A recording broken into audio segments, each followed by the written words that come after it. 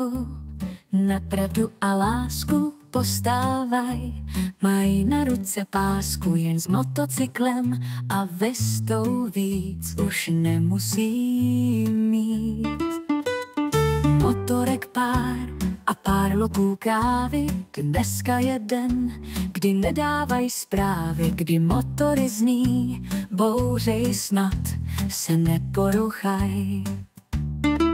Kdo nemá rád svět, má na duši vrásky, čím víc hlouposti, o to míň lásky, ptej se chci míra, proč rozumu víc nepozbírá. No a právě tento sestřih předznamenal i mé další hosty, Dominika Gavlíčková, cestovatelka a motorkářka. Vítejte, jsem rád, že jste přišla. Dobrý večer. Dobrý večer. A vedle ní Marek Holý-Herec, motorkář a člen Havlovic Memorial Klubu. Dobrý večer i vám. Dobrý večer. Kolik už máte letos naježděno na motorce? To je taková záludná otázka, protože letos je to opravdu 0. Vy jste zatím na 0. Já jsem zatím na 0, protože já většinou na těch motorkách jezdím jenom na cestách v zahraničí, ale to jsem byla zatím jenom v Česku, takže letos zatím nic. Marku, vy jezdíte po Česku, tak máte větší skóra. Já jezdím celoročně. Já to mám hodně jako dopravní prostředek.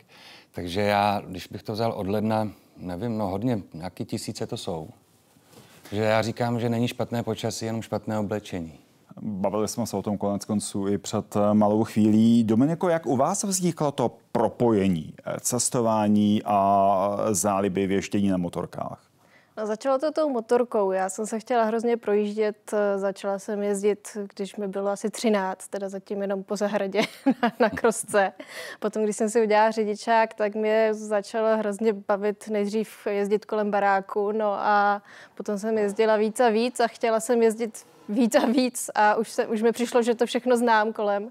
Takže jsem chtěla jezdit dál, no a nejdřív mi šlo fakt jenom o to ježdění na motorce a potom, když jsem zjistila, jak je to za hranicemi vlastně strašně zajímavé, tak teď už mě více trošku láká to cestování, že ta motorka už je taková, jako je to pořád zábava, baví mě to, ale to cestování je pro mě vlastně teďka hlavní.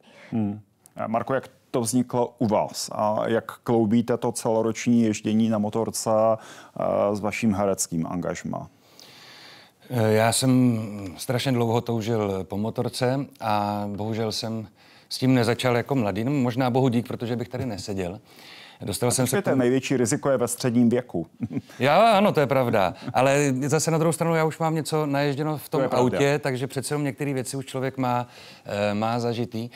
Ale pak s tím zase nesouhlasila moje žena, protože se o mě bála, až jsem si to jednou prosadil. A pro mě to je obrovský zážitek. Pro mě to je i výborná věc, že hodně jezdím po Praze. Takže samozřejmě, když je zima, podzim, tak moc člověk nejezdí jako ven na výlety, ale spíš po té Praze. A mě to naplňuje obrovskou radostí. Já jsem si splnil svůj dětský sen a prostě krásně si kroužím, kličkuju mezi autama. Samozřejmě bezpečně. A vždycky se těším, až je teplo a z Havlovic prostě můžeme vyjet ven. Ano, dostaneme se k těm aktivitám. Dominiko, vy jste v některém z rozhovorů říkala, že někteří muži na cestách vás podceňovali. Možná dokonce radili, abyste raději zůstala doma. Tak co jste jim na to říkala? To bylo možná ze začátku, hlavně i tady v Česku, když jsem vlastně se dostala mezi nějakou tu motokomunitu. Tak vůbec obecně muži to berou hodně jako svoji záležitost, ty motorky, ale já to tak nevnímám, protože samozřejmě ženám vůbec nic nebrání v tom, aby jezdili na motorce, dokonce ani takhle malým, jako jsem já měřím asi 1,5 m, takže jde to i takhle.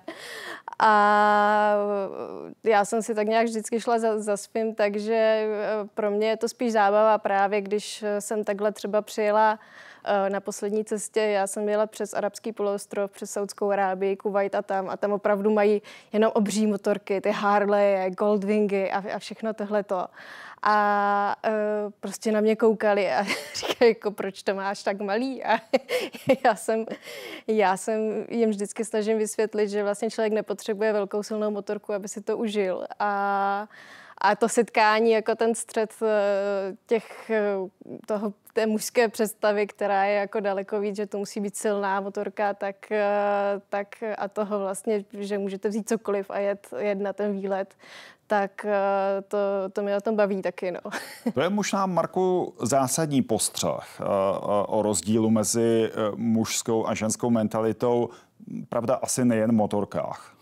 No, tak já si myslím, že existuje i spoustu žen, který mají rády i ty větší motorky. Rozhodně, já bych to takhle jako nějak... No, já bych to asi taky nerozdělovala. Protože u nás v Havlovic prostě máme holky, které mají silný stroje nebo mají i slabší stroje. To je fakt jenom, spíš je to o chuti, jak to kdo prostě má jako nastavený. A ženám Havlovic dveře otevřené. Samozřejmě. Motorkářkám. Ano.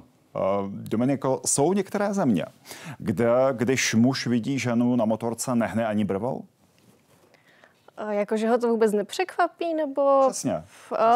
Já si myslím, že většina západní Evropy asi už to tak je, ale pořád si myslím, hlavně motorkáři se mezi sebou zdraví všude na světě. Někdy se zdraví opravdu velkolepě, třeba v Japonsku na mě mávali vyloženě tímhletím způsobem.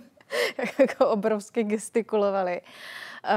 Takže já to jako taky úplně nevnímám, že jezdím na malých motorkách, protože jsem žena nebo protože to tak mám ráda, ale setkám se s tím hodně právě, že jsou jednak překvapení, že je na tom ta žena a že potom, že má tu malou motorku a vlastně to nezapadá do toho úplně tradičního obrazu, i když samozřejmě spousta mužů má radši menší motorky a já vím proč, protože s nima daleko větší zábava. Marko, jak v Česku funguje motorkářská komunita? Jak soudržná je? Jak to funguje mezi jednotlivými kluby, jednotlivými skupinami? Zkuste to trochu představit. No, já jsem víceméně začátečník, takže úplně erudovaně o tom mluvit prostě nemůžu, ale ta soudržnost mezi motorkářema je velká. Kluby samozřejmě jsou. My jsme spíš takový sranda motorkářský klub, protože tam panují velmi přísná pravidla, abyste se mohl stát jako přímo motorkářským klubem. A myslím si, že nejlépe to pak poznat, když jsou v Praze Harley Days, kde se prostě všichni tyhle blázni setkají. A to jedno téma, ta motorka, ty dvě kola, je jako vše spojující. Jak to vidíte vy, Dominiko? Jak ta komunita funguje z vašeho pohledu? U nás? Nebo u nás, já už se přiznám, že tomu... Tedy české silnice úplně nebrázdíte, ale... No, jako funguje hodně podobně jako ve světě. Myslím, že prostě ti motorkáři tak nějak mají k sobě blízko, asi rádi spolu tráví čas, jezdí na ty srazy, ale to hodně se to liší třeba i po tom světě. Právě jak jsem byla na té poslední cestě, tak tam se třeba stávalo, že pro ně bylo normální třeba zavolat z Bahrajnu do Kuvajtu, že jim přijede nějaký motorkář, aby ho uvítali na hranicích. Což u nás si nedovedu představit, že by se sešla nějaká velká skupina motorkářů a jeli by třeba na hranice uvítat nějakého Němce, který jede na výlet. I když by to bylo pěkné, tak tam to je třeba ještě o něco víc. Tady to asi není až tak... že by až tak drželi pohromadě, ale těch klubů je u nás velká spousta. Marko, jak vznikl Havlovic Memorial Club? No, to je trošku, navážu na vítání na hranicích. To založili vlastně 4 lidi, Jirka Mariško, Rymčák, Matásek a Rejniš. A byla to trošku odpověď na to, že jsem začal jezdit Putinovi Noční vlci. Já je nechtěl zmiňovat, ale bylo to první, co mi problesklo. A to byl jeden z důvodů, proč vlastně vznikli, že kluci jako chtěli dát najevo, že s tím prostě nesouhlasí. A takže ne, že je chtěli vítat na hranicích, ale jako dát jim najevo, že ne všichni prostě jsou rádi, že tady prostě jezdí. A vaše aktivity? Naše aktivity jsou pravdolářská, no vidíte, já to neřeknu, láskařské, děkuju. Ježi, teď se moje paní profesorka ze Vyšní mluví, musí otázat. No to je jedno. A my se, když třeba někde se postaví pomník nějakému pohraničníkovi komunistickému, tak my tam třeba přijedeme a musíme to tam trošku vyturovat, aby jsme upozornili, že ne prostě všechno, co se děje, je správně a zároveň se snažíme i nějakou recesí, nadsázkou upozorňovat prostě na věci, které se nám osobně nelíbí a hlavně se snažíme nějakým způsobem šířit Havlovy prostě myšlenky a ideje. Akorát jediná se mu nepovedla a to bylo to, že nezakázal komunisty. Dominiko, stále říkáte, že jste tak trochu magor, když na motorce na ty zahraniční cesty jezdíte sama. Nevím, jako normálně asi úplně nebudu, no. Co byste poradila ženám, které by to třeba taky napadlo? Ať se nebojí, ale ať si zjistí všechno, co můžou, ať jsou připravené hlavně. A když budou připravené, tak to riziko je čím dál menší. Takže připravit se dobře, ale rozhodně se nebát zbytečně, nemyslet si, jako, že to nedokážu, protože na tom vlastně není nic tak složitého a dá to člověku hrozně moc. Plánujete ty cesty detailně dopředu, anebo se necháte unášet, kam vás chuť svede? Hrozně záleží na té destinaci. Když to bylo třeba Japonsko, která je fakt jako velmi bezpečná země, tak tam jsem to nechala opravdu, že jsem měla nějaký ten plán, ale víceméně jsem si užívala tu volnost, svobodu ho kdykoliv změnit.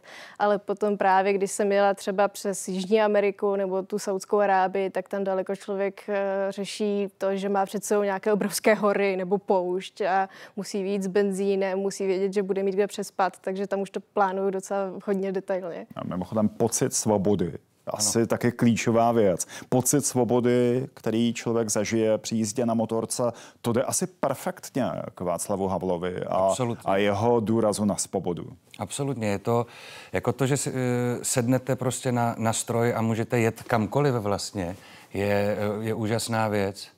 A tak motorka vždycky byla symbolem nějakého nezávazného života, nějaká touha právě potom být nezávislý. Takže si myslím, že to spojení i s tím Havlem je perfektní. Dominiko, jaké cesty vás čekají letos? Máte plán? Letos zatím žádný plán nemáme. Já teď právě píšu knížku o té poslední cestě, o tom arabském poloostrově, což bylo hrozně zajímavé, fascinující. Takže až tohle to dokončím, tak doufám, že zase někam vyrazím. A vy budete, Marku, brouzdit po českých, moravských a slezských silnicích. Ano, je to tak. Budu. Moc děkuji za to, že jste přišli. A můžu jenom, pardon, kdybych využil tu situaci, jenom udělal takovou pozvánku, že my máme takový pořad Havlování. Teď se bude konat 5.4. o 7:30 v divadle Radka Brzobohatého a tentokrát je téma dezinformace. Tak přijďte. Zásadní téma mimochodem. Dominika Gavličková a Marek Holý. Moc vám děkuji. Děkujeme. Děkujeme za pozornost. Hezký večer. No a to už byla tečka za dnešní 90. Děkuji za pozornost. Pěkný večer.